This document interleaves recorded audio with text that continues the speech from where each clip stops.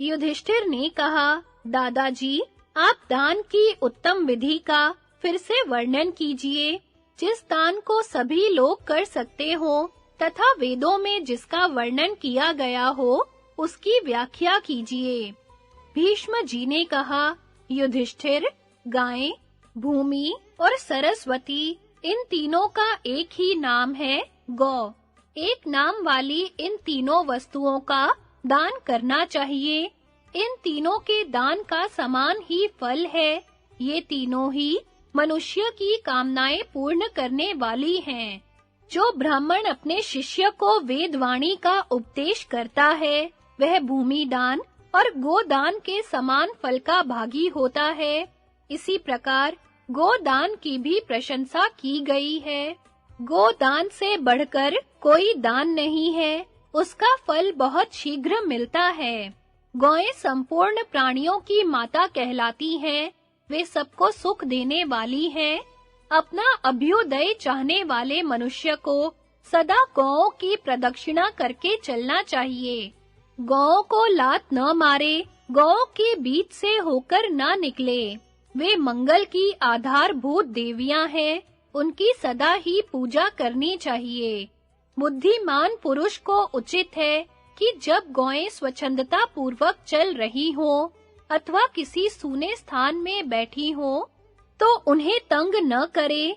गौएं प्यास से पीड़ित होकर जब अपने स्वामी की ओर देखती हैं, तो उसका बंधु बांधवों सहित नाश हो जाता है। जिनके गोबर से लीपने पर देवताओं के मंदिर और पितरों के श्राद्ध के स्थान पवित्र होते हैं, उनसे बढ़कर पावन और क्या हो सकता है। जो 1 वर्ष तक प्रतिदिन भोजन के पहले दूसरे की गाय को एक मुट्ठी घास खिलाता है, उसका वह व्रत समस्त कामनाओं को पूर्ण करने वाला होता है। उसे पुत्र, यश, धन और संपत्ति की प्राप्ति होती है तथा उसके संपूर्ण अशुभ और दुस्वप्न नष्ट हो जाते हैं। दुराचारी, पापी, लोभी, असत्यवादी तथा देव यज्ञ और श्राद्ध कर्म न करने वाले ब्राह्मण को किसी तरह गौ नहीं देनी चाहिए। जिसके बहुत सी संतानें हों, ऐसे याचक, श्रोत्रिय तथा अग्निहोत्री ब्राह्मण को 10 गौ दान करने से दाता को अत्यंत उत्तम लोकों की प्राप्ति होती है। जो जन्म देता है, जो भय से बचाता है तथा जो जीविका देता है, वे तीनों ही पिता के तुल्य हैं। इसलिए वेदांतनिष्ठ, बहुज्ञ, ज्ञानी, जितेंद्रिय, शिष्ट, यतनशील, प्रियवादी, भूख से पीड़ित होने पर अनुचित कर्म न करने वाले, मृदुल, शांत, अतिथि प्रेमी, सब पर समान भाव रखने वाले और स्त्री पुत्र आदि कुटुंब से युक्त ब्राह्मण की जीविका का अवश्य प्रबंध करना चाहिए। सुपात्र ब्राह्मण को गोदान करने से जितना पुण्य होता है, उसका धन ले लेने पर उतना ही पाप लगता है। अतः किसी भी अवस्था में ब्राह्मण के धन का अपहरण न करे तथा उनकी स्त्रियों पर तो दूर से भी दृष्टि न डाले। कुंती नंदन, इस विषय में साधु पुरुष राजा नृग का उपाख्यान सुनाया करते हैं। किसी समय ब्राह्मण का धन ले लेने के कारण राजा नृग को महान कष्ट उठाना पड़ा था। पहले की बात है, द्वारकापुरी में रहने वाले यदुवंशी बालक पानी की इच्छा से इधर-उधर घूम रहे थे। इतने में ही उन्हें एक महान कूप दिखाई पड़ा, जिसका ऊपरी भाग घास और लताओं से ढका हुआ था।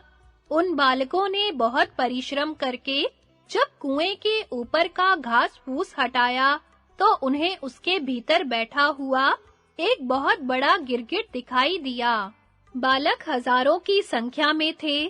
सब मिलकर उस गिरगिट को वहां से निकालने के यत्न में लग गए, किंतु गिरगिट का शरीर चट्टान के समान था। लड़कों ने उसे रस्सियों और चमड़े की पट्टियों से बांधकर खींचने के लिए बहुत जोर लगाया, पर वह टस से मस न हुआ। जब बालक उसे निकालने में सफल न हो सके, तो भगवान श्री कृष्ण के पास जाकर बोले, हम लोगों ने एक बहुत बड़ा गिरगिट देखा है जो कुएं का सारा आकाश घेर कर बैठा है। उसे कोई निकालने वाला नहीं है। यह सुनकर श्री कृष्ण उस कुएं के पास गए और उन्होंने उसे बाहर निकालकर उसके पूर्व जन्म का वृत्तांत पूछा। तब उसने कहा, भगवन, पूर्व जन्म में मैं राजा नृग था, जिसने हजारों यज्ञों का अनुष्ठान किया है। उसकी बात सुनकर श्री कृष्ण बोले, राजन, आपने तो सदा पुण्य के ही काम किए हैं। आपके द्वारा कभी भी पाप नहीं हुआ, फिर आपकी ऐसी दुर्गति क्यों हुई? हमने सुना है कि आपने पहले कई बार मिलाकर 81,200,000 गायें ब्राह्मणों को दान की है। उस गोदान का फल कहाँ गया? तब राजा नृग ने भगवान श्री कृष्ण से कहा, प्रभु, एक अग्निहोत्री ब्राह्मण परदेश चला गया था। उसके पास एक गाय थी जो एक दिन अपने स्थान से भागकर मेरी गौओं के झुंड में आ मिली। मेरे ग्वालों ने दान के लिए मंगाई हुई 1,000 गौओं में उसकी भी गिनती करा दी और मैंने उसे एक ब्राह्मण को दान कर दिया। कुछ दिनों बाद जब वह ब्राह्मण परदेश से लौटा तो अपनी गायें ढूंढने लगा। ढूंढते-ढूंढते वह गायें जब उसे दूसरे के घर मिली तो उसने उस ब्राह्मण से कहा, यह मेरी गौ है। इस पर दोनों में झगड़ा होने लगा और दोनों ही क्रोध में भरकर मेरे पास आए। एक ने कहा, महाराज, यह गौ आपने मुझे दान में दी है। दूसरे ने कहा, महाराज, वास्तव में यह मेरी गाय है, तुमने इसे चुरा लिया है। तब मैंने दान लेने वाले ब्राह्मण से कहा, भगवन, मैं इस गाय के बदले आपको 10,000 गौएं देता हूँ। उसने जवाब दिया, महाराज, यह गौ देश काल के अनुरूप पूरा दूध देने वाली, सीधी साधी और अत्यंत दयालु स्वभाव की है। इसका दूध बहुत मीठा होता है। धन्य भाग जो यह मेरे घर आई। यह अपने दूध से प्रतिदिन मेरे मात्रहीन दुर्बल बच्चे का पालन करती है। मैं इसे कदापि नहीं दे सकता। यह कहकर वह वहां से चल दिया। तब मैंने दूसरे ब्राह्मण से प्रार्थना की, भगवन, आप उसके बदले में 1,00,000 गौ ले लीजिए। वह बोला, महाराज, मैं राजाओं का दान नहीं लेता। मुझे तो मेरी वही गौ शीघ्र ला दीजिए। मैंने उसे सोना, चांदी, रथ और घोड़े सब कुछ देना चाहा, पर वह कुछ न लेकर चुपचाप चला गया। इसी बीच में काल की प्रेरणा से मुझे शरीर त्यागना पड़ा और पितृलोक में पहुंचकर मैं यमराज से मिला। उन्होंने मेरा बहुत आदर सत्कार किया और कहा, राजन, तुम्हारे पुण्य कर्मों की तो गिनती ही नहीं है, किंतु अनजान में तुमसे एक पाप भी हो गया है। उस पाप को पहले भोग लो या पीछे, जैसी तुम्हारी इच्छा हो करो। तब मैंने धर्मराज से कहा, प्रभु, पहले मैं पाप ही भोग लूंगा, उसके बाद पुण्य का उपभोग करूंगा। इतना कहना था कि मैं पृथ्वी पर गिरा। उस समय ऊंचे स्वर से बोलते हुए धर्मराज की यह बात कानों में पड़ी, राजन, 1,000 वर्ष पूर्ण होने पर तुम्हारे पाप कर्म का भोग समाप्त होगा। उस समय भगवान श्री कृष्ण आकर तुम्हारा उद्धार करेंगे और तुम अपने पुण्य कर्मों के प्रभाव से प्राप्त हुए अक्षय लोकों में जाओगे। कुएं में गिरने पर मैंने देखा मुझे तिर्यक योनि मिली है और मेरा सिर नीचे की ओर है। इस योनि में भी मेरी स्मरण शक्ति ने मेरा साथ नहीं छोड़ा था। श्री कृष्ण, आज आपने मेरा उद्धार कर दिया। अब मुझे आज्ञा दीजिए, मैं स्वर्ग को जाऊंगा।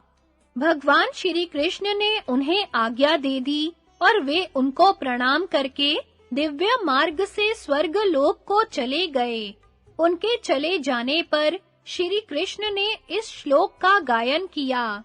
समझदार मनुष्य को ब्राह्मण के धन का अपहरण नहीं करना चाहिए। चुराया हुआ ब्राह्मण का धन चोर का उसी भांति नाश कर देता है, जैसे ब्राह्मण की गौ ने राजा नृक का सर्वनाश किया था। कुंती नंदन, यदि सज्जन पुरुष साधु महात्माओं का संग करे, तो उनका वह संग व्यर्थ नहीं जाता। देखो, साधु समागम के कारण राजा नृक का नरक से उद्धार हो गया। गौओं का दान करने से जैसे उत्तम फल मिलता है, वैसे ही गौओं से द्रोह करने या उन्हें सताने पर बहुत बड़ा कुफल भोगना पड़ता है। इसलिए गौओं को कभी कष्ट नहीं पहुंचाना चाहिए।